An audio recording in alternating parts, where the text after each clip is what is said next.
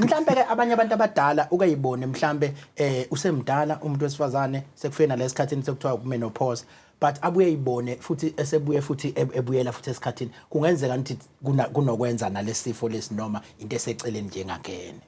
Inomgozi kakhulu ke leyo and kuzomela bayiqaphela abantu besifazane especially iminyaka uma isithe ukukhula.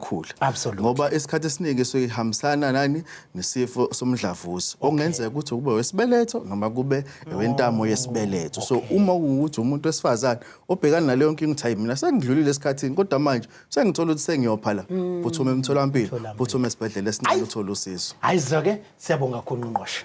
No, ngifuna ukuchecka udokotela ukhulume nange-acquired hemophilia ukuthi ke singakwazi ukuchaza yini yabona sengibuyele sengifunda bengingafuna ukuthi enze singakwazi ukuchaza yini ukuthi u-acquired kusho ukuthi umuntu uyithola later empilweni kusuke kwenzekeni niyazi yini ukuthi if ingena kanjani nakho konke lokho. Absolutely. Yebo.